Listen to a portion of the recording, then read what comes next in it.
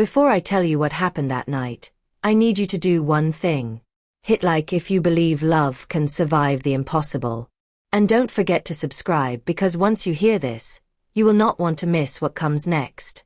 I never imagined the beginning of my life as a wife would take place under a chandelier. Not in a church, not in a home filled with warmth. But here, beneath cold crystal light, inside a private underground gambling club in Brooklyn, I had heard of places like this. I never thought I would actually stand in one. The air smelled of whiskey and cigar smoke, thick enough to coat my throat. Men lounged in leather chairs, jackets open, drinks in hand, their laughter low and poisonous. They barely noticed me. And when they did, it was not with kindness. I knew what I looked like to them. Collateral. The cost of someone else's mistakes. Stand up straight, Elara, my father hissed beside me. His voice trembled. A man crumbling inside his own skin. I wanted to run. I wanted to disappear. But I stayed. I stayed because that is what daughters do when the people they love are drowning. And my father was already neck deep. Across the room, he waited. Julian Hart, the man they called ruthless. Sharp as a blade, cold as the steel towers his company owned across the country. I had seen his face on the news once. Stories whispered about him dismantling entire corporations, wiping out legacies with a single signature. But none of that compared to seeing him in person, sitting like a statue carved from winter itself. Black suit, black eyes, no heart. He did not even look at me. Not once. But I noticed him. Every inch of him, especially the silver ring on his finger. My breath hitched. I knew that ring. It was almost identical to the one my mother used to wear. A simple silver band, worn smooth, engraved with tiny initials. She used to tell me bedtime stories while I played with it, spinning it round and round until I fell asleep in her lap. Never lose your dignity, Elara, she had whispered once, sitting by the fire. Even if you have nothing left, hold on to that. But tonight, it felt like I was about to lose everything. The lawyer leaned forward, sliding the contract across the table toward me. Marriage contract. 1 year in exchange for clearing every debt my father owed. My throat closed. My father's hand tightened around my wrist as if he could will me to sign with sheer force. I could not move, could not breathe. Then Julian spoke. His voice cut through the air like a knife. 1 year. You are mine. That was it. No emotion, no kindness. Just a claim like I was a piece of property. My hand trembled as I reached for the pen. My heart screamed for me to stop, but my mind reminded me what was at stake. My mother's medical bills, our home, my father's life. I pressed the pen to the paper, signed my name, and felt a part of me die in that moment. I stood so fast my chair scraped across the floor. But Julian was already on his feet, nodding once to the men around him without a glance in my direction. Let us go, he ordered flatly. I turned to my father, silently begging him to say something, anything. But he could not look at me. He collapsed into his chair, head in his hands. I followed Julian down the hallway like a shadow. My heels echoed against marble as I walked further away from the life I had known. The night outside hit me like a slap. Cold, wet, unforgiving. Rain poured from the sky, soaking me in seconds. I wrapped my arms around myself, shivering in my thin dress as the driver opened the door to a sleek black car. I could not move. I could not. Julian turned toward me, rain dripping from his hair, sliding down the sharp cut of his jaw. His voice was ice. Get in. And I did because I had no choice. I slid into the cold leather seat. He climbed in after me, eyes fixed on the rain-soaked window. I pressed my forehead to the glass, closing my eyes against the tears threatening to spill. Somewhere in the back of my mind, I heard my mother's voice again. Never lose your dignity, Elara. But I had already lost it, along with my freedom, along with the girl I used to be. Tonight, I became someone else. His. The leather seat beneath me was freezing, but the air between us was colder. We drove in silence.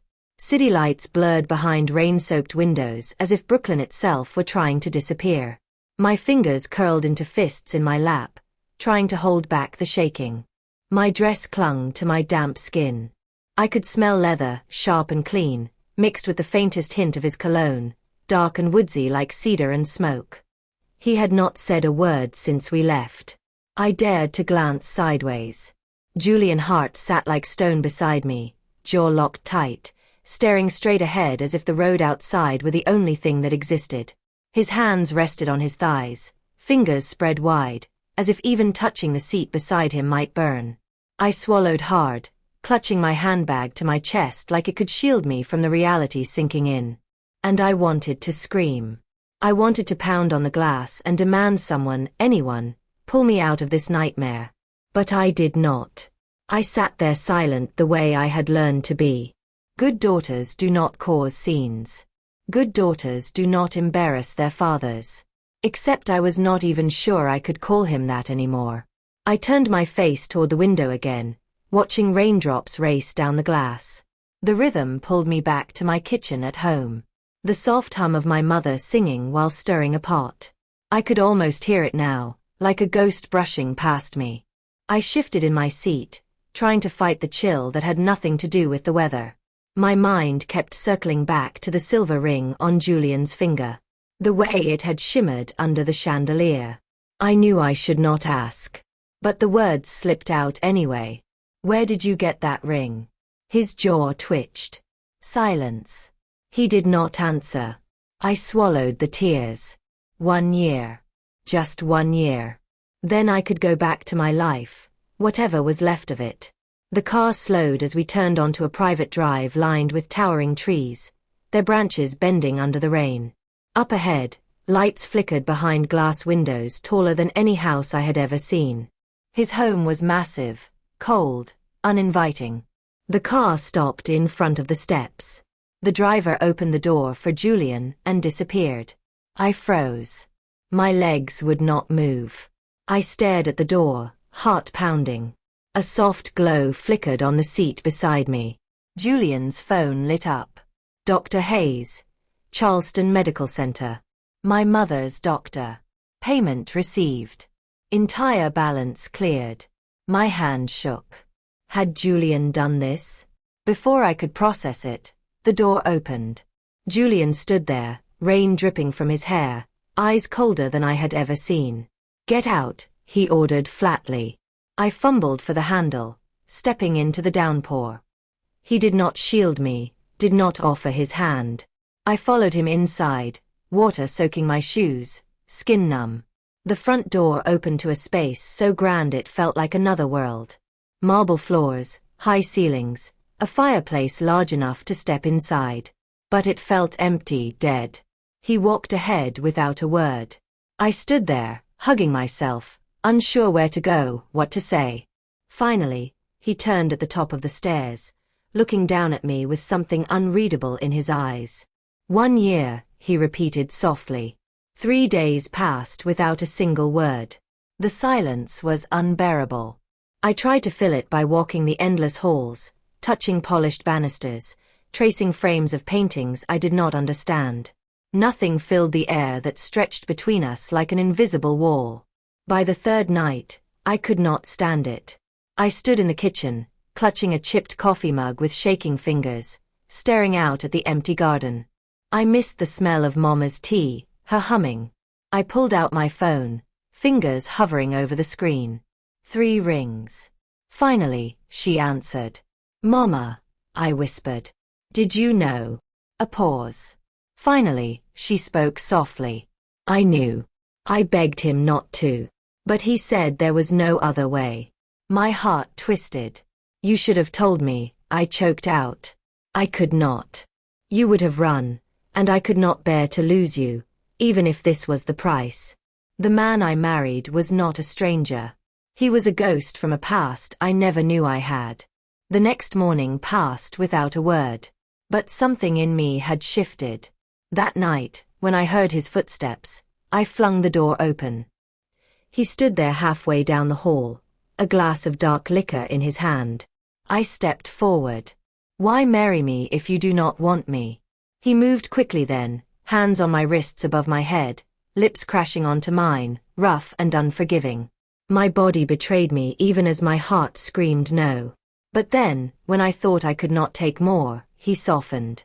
I woke to rain whispering against the windows. I felt him beside me, arm across my waist, forehead pressed to my shoulder. Somehow, I felt safe. Not for long, reality always creeps back. A phone call. He said she will not last the year. The contract will expire. I pressed my back to the wall. Heartbreaking. I ran. I did not leave a note. I only knew one place. The small storefront I dreamed of turning into my own shop. I sat on the curb, knees to my chest, trying to hold myself together. Footsteps. I did not turn until I heard him. Julian Hart. Breathless. Go away. I finally turned, and froze. He was on his knees, holding something old, silver, familiar. Mama's ring.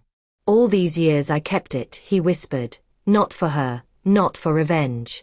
For you. I fell into him, tears spilling over. He whispered, you are not a debt. You never were. I could not believe it, but I felt it. We stayed in Charleston for a while, walking through every room, rebuilding trust, turning broken dreams into something real. Every night when he held me close, whispering, you are mine forever, I finally believed him. If this story touched you, do not forget to hit like to let us know you are here. And if you want more powerful stories about love, loss, and second chances, subscribe and turn on notifications so you never miss the next chapter. Tell me, would you forgive someone who held your past in their hands if it saved your future? Share your thoughts in the comments.